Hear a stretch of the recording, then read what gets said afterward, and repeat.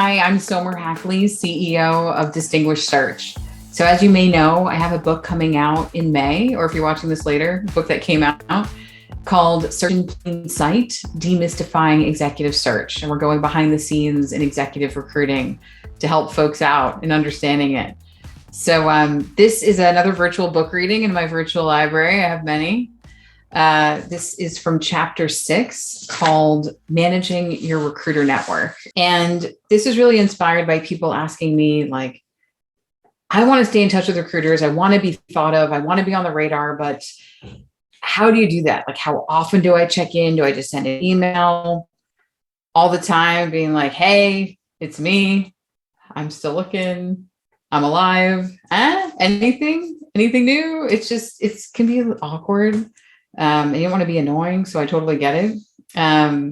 So I start the chapter with some stats from HBR, Harvard Business Review, with subject lines and stuff like that, and just some examples of what not to do. And then this part of the chapter is called How to Stay in Touch. So there must be a better way to stand out, stay on the radar, and develop relationships with recruiters.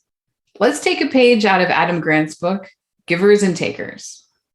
Adam Grant categorizes people into 3 buckets. On a Wharton podcast titled Givers versus Takers, The Surprising Truth About Who Gets Ahead, he says, you could anchor this at 2 extremes, the takers and the givers. The takers are people who, when they walk into an interaction with another person, they're trying to get as much as possible from that person and contribute as little as they can in return, thinking that's the shortest and most direct path to achieving their own goals. At the other end of the spectrum, we have the strange breed of people I call the givers. It's not about donating money or volunteering necessarily, but looking to help others by making an introduction, giving advice, providing mentoring, or sharing knowledge without any strings attached. These givers prefer to be on the contributing end of the interaction. Very few of us are purely takers or purely givers. Most of us hover somewhere in between. So that brings us to the third group of people, who are matchers. A matcher is someone who tries to maintain an even balance of give and take. If I help you, I expect you to help me in return. They keep score of exchanges so everything is fair and really just. So without realizing it, most people who reach out to me are takers, simply wanting me to help them in their job search. It's understandable, but it's not going to help them stand out. Some are matchers, usually asking if there's anything they can do to help me, and very few are givers. The givers are the people I will never forget because they're so rare, and it's a huge testament to their character. I'm subconsciously evaluating how they lead, influence, and develop relationships. They're the people I will think of first when I'm working on new positions. My company's website looks so good because of the givers in my network. When I launched my site, one person in particular thought it was so poorly done, and it was, that he took the time to mock up a new homepage and sent a screenshot I could use as a guide. He was a former candidate, a chief digital officer for Fortune 100 companies, so I felt he knew what he was talking about and gladly took him up on his advice. My video series, 2 Distinguished Minutes, came into existence because 2 former candidates hopped on a Zoom call to help me launch my business and redirected my I want a webinar into something much better. These are the people I will always remember. Adam Grant reflected on which categories of people are most successful. This is a quote. Indeed, the givers are overrepresented at the bottom. Putting other people first, they often put themselves at risk for burning out or being exploited by takers. A lot of people look at that and say, well, it's hard for a taker to rise consistently to the top because oftentimes takers burn bridges. So it must be the matchers who are more generous than the takers, but also protect their own interests. When I looked at the data, I was really surprised to see that those answers were wrong. It's actually the givers again. Givers are overrepresented at the top as well as the bottom of most success metrics. End of the quote.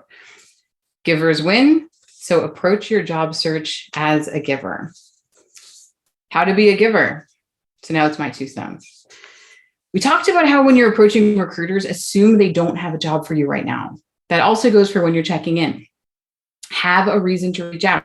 You'll probably feel better about this too if you're worried you're being an annoying taker. So what do you have to give? So many things. Let's talk about what recruiters want and what you can provide to stand out. And then I have a list. I talk about market knowledge. I talk about leads. I talk about referrals to potential hiring managers. I talk about referrals to excellent candidates. And then I go on and show an email approach of someone keeping in touch with me that I thought was very well done. And they just stood out. So I have that in the book. And this got kind of long, so I won't read any more to you. But there's just the people that are truly givers stand out, like I said, because they are rare. And I remember them. And I'm sure you remember on your side, recruiters that are givers too, right? So there's a lot that you can give. Like if you're out there looking for a job and you're talking to companies all day, like, you know, trends, you know, what sort of roles are in demand, you know, what sort of industries are hiring. You might have gotten an interview for a job, you didn't get it. Maybe it was directly through the company. They're not using another search firm. You can tell a recruiter about that. Hey, you know what? If you want to give it a shot, I mean, don't say my name, or maybe if you want them to, you know, or there's a role at that company, or, hey, I used to work at this company and they might need someone. I'd love to introduce you to the head of exec search over there. Of course, you can't do this with everyone, but if you find a great recruiter, there are ways you can give and give and give and just kind of form that relationship. And you'll see they'll give back to you too. And it's not just me saying it. Adam Grant, there's some stats and data in there. So another way to think about things versus just the, hey, it's me. Got anything? Me again. There's just a lot of other ways to approach these conversations. So hope this helps. Book is coming out. All right, stay tuned. There's more to come.